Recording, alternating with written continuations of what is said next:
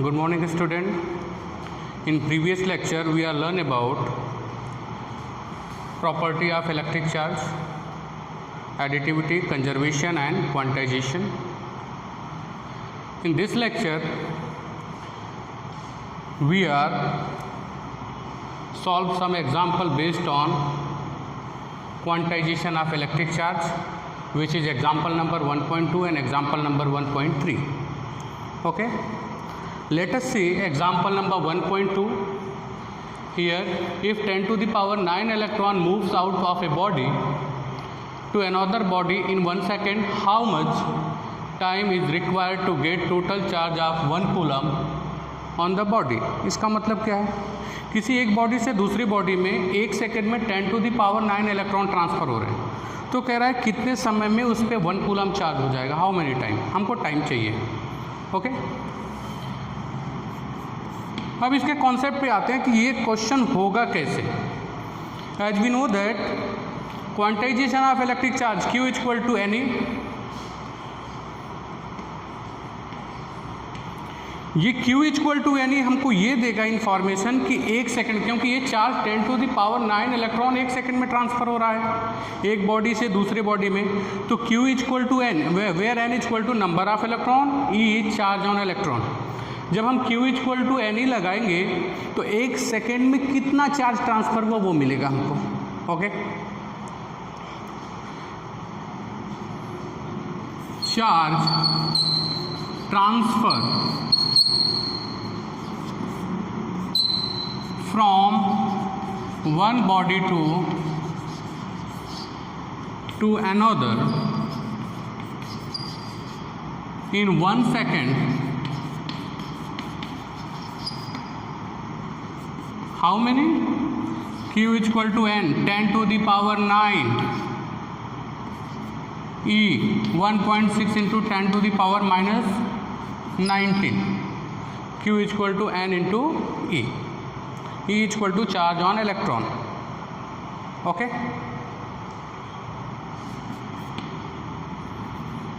Q equal to 1.6 into 10 to the power minus 10 coulomb.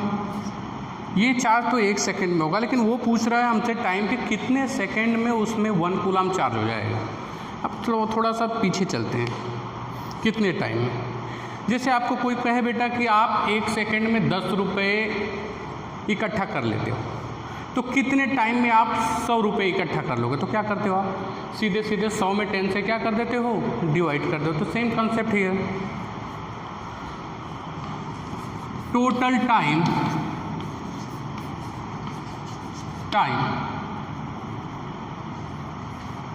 to transfer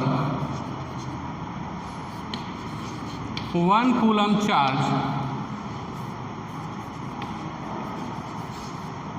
on other body. क्या हो जाएगा बेटा, time T equal to total charge 1 coulomb upon 1 second में कितना transfer हो रहा है, कितना ट्रांसफ़र हो रहा है, 1.6 into 10 to the power minus 10. 1.6 into 10 to the power minus 10 minus 10 to power 10 upon 1.6. We can say that 10 into 10 to the power 9 1.6.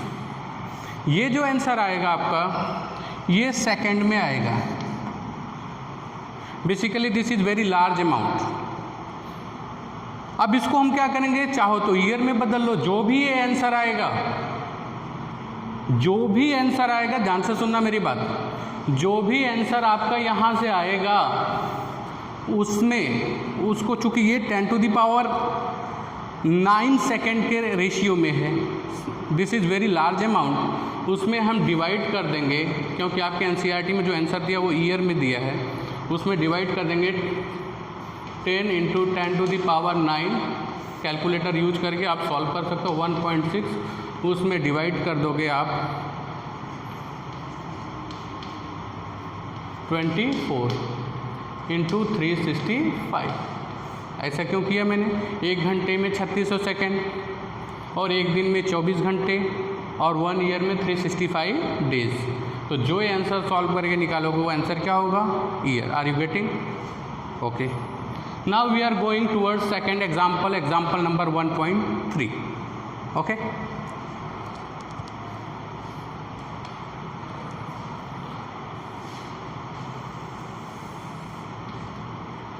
How much positive and negative charge is there in a cup of water. अब चूंकि cup की size तो different होती है हर घर में, किसी के पास बड़ा कप, छोटा कप, तो हम कैसे डिटरमाइन करेंगे कि कप में वाटर कितना आता है? तो हम एक एज्यूम करेंगे कि सपोज एक कप वाटर में 250 ग्राम आते हैं, कोई 300 ग्राम भी मान सकता है, आप कर सकते हो, कोई आपका 400 ग्राम भी मान सकता है, no problem, whatever you assume, it depend on you. Suppose in this question we assume that suppose there are 250 gram in a cup water in a cup. मैंने मान लिया सपोज. देखो इस क्वेश्चन को हम जब तक मोल कंसेप्ट की थियरी नहीं जानेंगे तब तक सॉल्व नहीं कर सकते.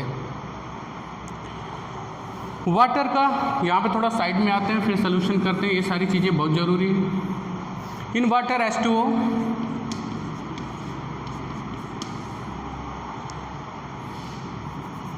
एटॉमिक मॉलिक्यूलर मास कितना हो जाएगा बेटा? 2 and 16 हाउ मेनी? 18 ग्राम.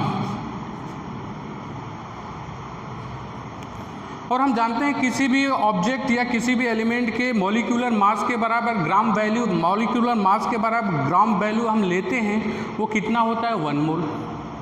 और 1 मोल में कितने एटम होते हैं? एवोगैड्रो नंबर के बराबर एटम होते हैं. That means we start solving here. If we take 18 gram of water, please pay attention. If we take 18 gram of water,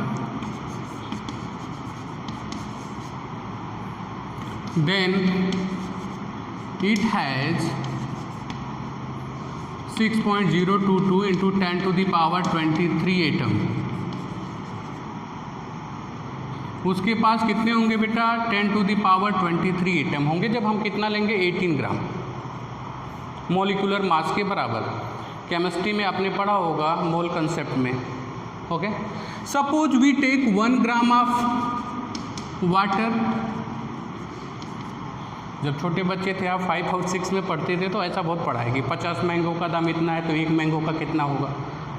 same manner it will become 6.022 into 10 to the power 23 upon 18.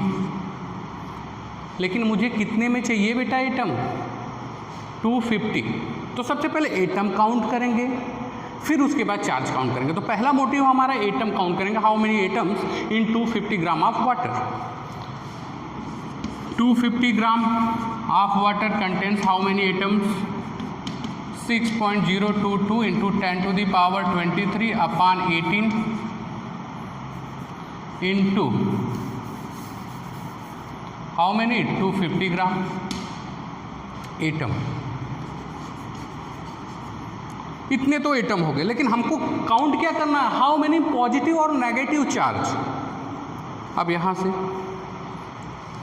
ये हमारा first step हो गया. Now in second one is, as we know that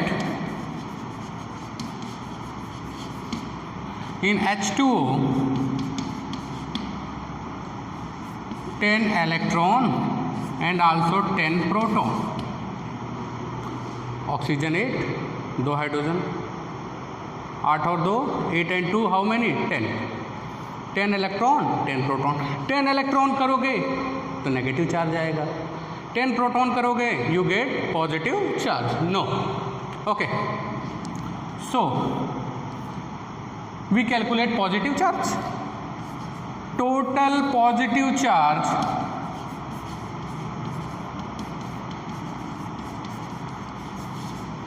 on 250 gram of water, how many?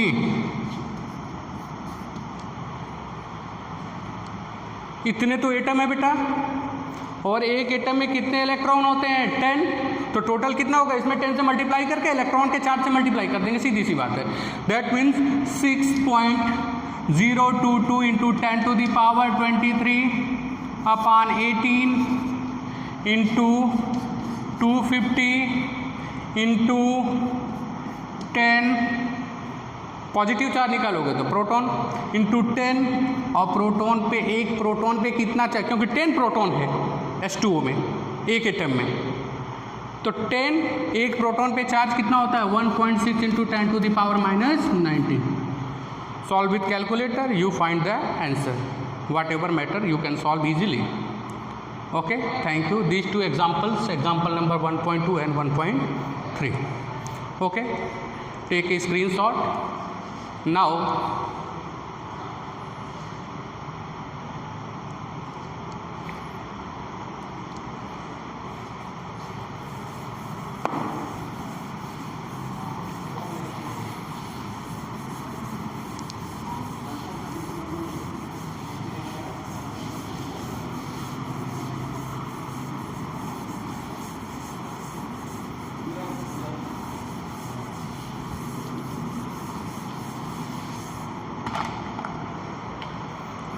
now we are going towards next topic, Coulomb's law, which is very important topics.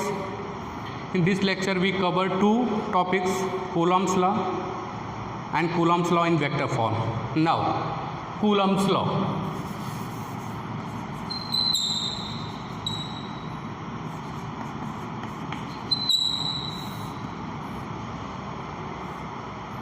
What is Coulomb's law?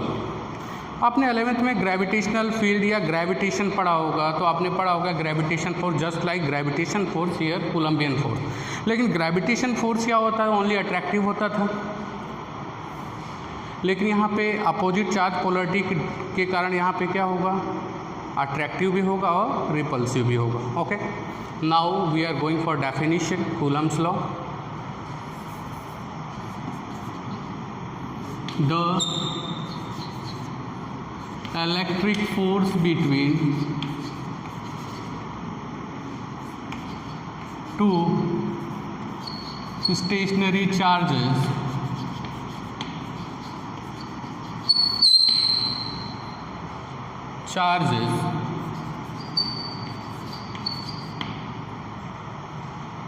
is directly proportional to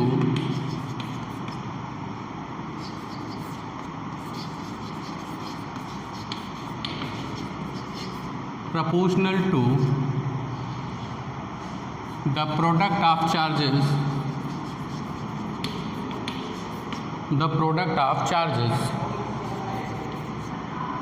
product of two charges, and inversely proportional to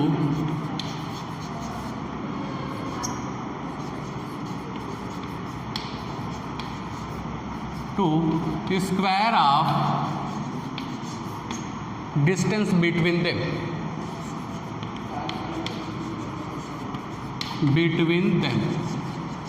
Okay, this is our proper definition. Now here two charges, suppose this one is Q1, this one is Q2. The distance between them is R. Here two charges Q1 and Q2, the distance between them is R. In mathematical form, as above, we can write that F is directly proportional to Q1, Q2, and F is inversely proportional to distance between them, square of distance between them. अब दोनों को जब मर्ज करेंगे तो क्या होगा? Now in third step, F upon R square. Next, whenever we remove the proportionality, a constant is introduced. It is known as Coulomb constant. F is equal to small k. Is that clear? This is small k. Q1 Q2 upon R square. This is very important formula. Okay, अब के बारे में जानेंगे। के क्या है? Where के is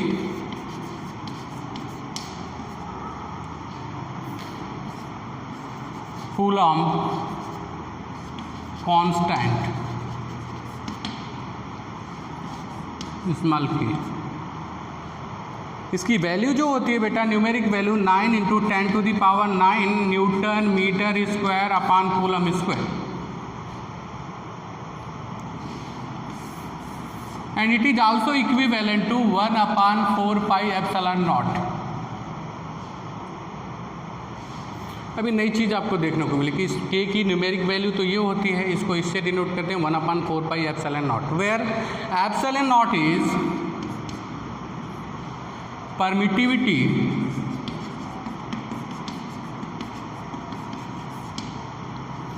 of vacuum.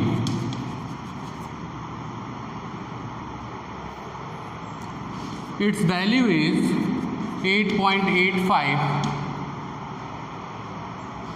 into 10⁻⁻12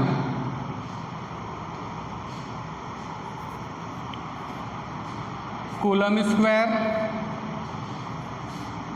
upon newton metre square. Okay, अब कहोगे सर ये कौन, आप कैसे लिख रहे हो? बिल्कुल इजी बात है, क्योंकि 1/4π newton metre square upon coulomb square है, तो 1/ε0 की वैल्यू है वो। हम उल्टा कर देंगे इसके यूनिट को, कोई बात नहीं है, इसको अलग से हम बता देंगे कि किस तरह से इसको हम करें। चलो बता ही देते हैं।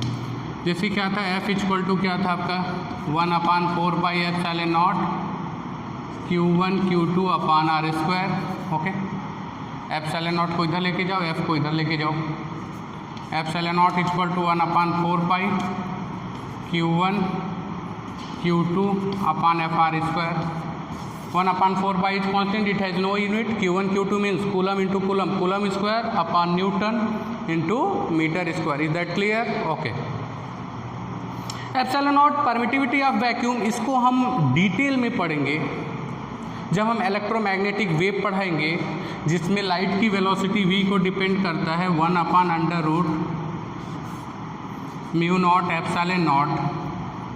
इसको बोलते हैं मैग्नेटिक परमिएबिलिटी, इसको बोलते हैं electric permittivity. Okay, now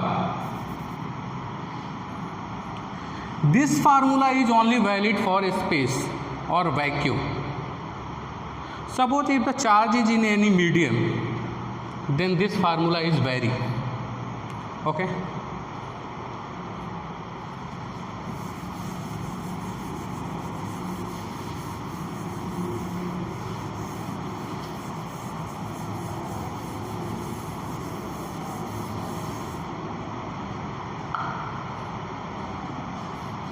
if charge is in any medium,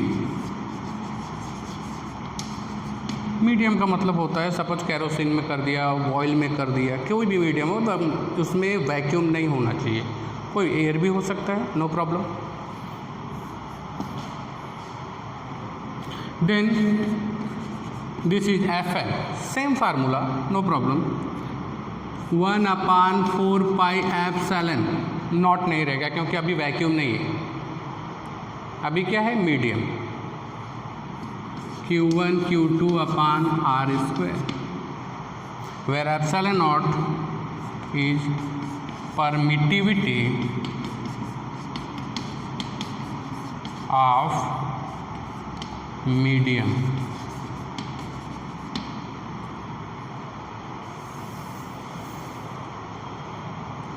Okay,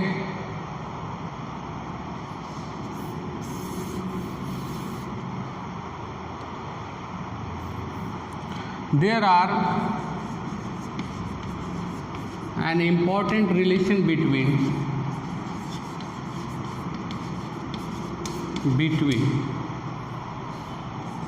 F air, air means vacuum से डिनोट करते हैं, एंड F मीडियम। इस पे बहुत सारे क्वेश्चंस आते हैं MCQ में, कॉम्पिटिटिव एग्जाम्स में। क्या हो जाएगा बेटा, F medium = F air upon K। where capital K is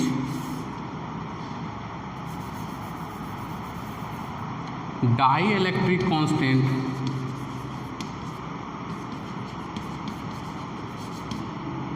of any medium। यहाँ तक तो आपके 12th के एनसीईआरटी के सिलेबस में हो जाएगा, नो प्रॉब्लम। लेकिन ये आया कहाँ से, ये के क्या क्या सिग्निफिकेंट है ये मैं बता देता हूँ आपको साइड में। आप इन स्क्रीनशॉट लेते रहो जब भी टाइम मिलेगा, नो प्रॉब्लम।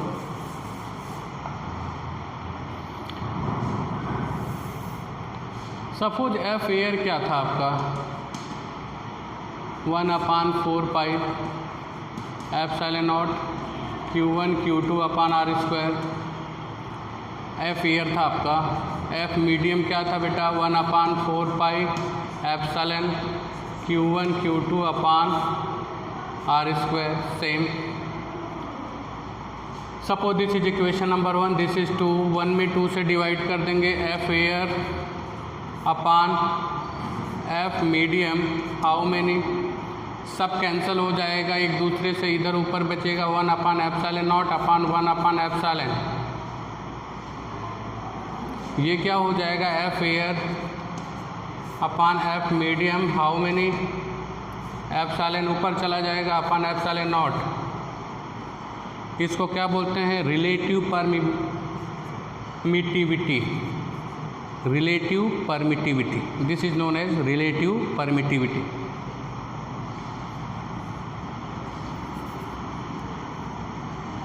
क्या हो जाएगा यहाँ से, इसी को आप कैपिटल के से भी डिनोट करते हो, dielectric constant of any medium. तो क्या हो जाएगा आपका F air upon F medium equal to capital K. F M को इधर लेके आओ, के को इधर लेके आओ, क्या हो जाएगा आपका F m equal to F air upon capital K. Okay, this is complete Coulomb's law.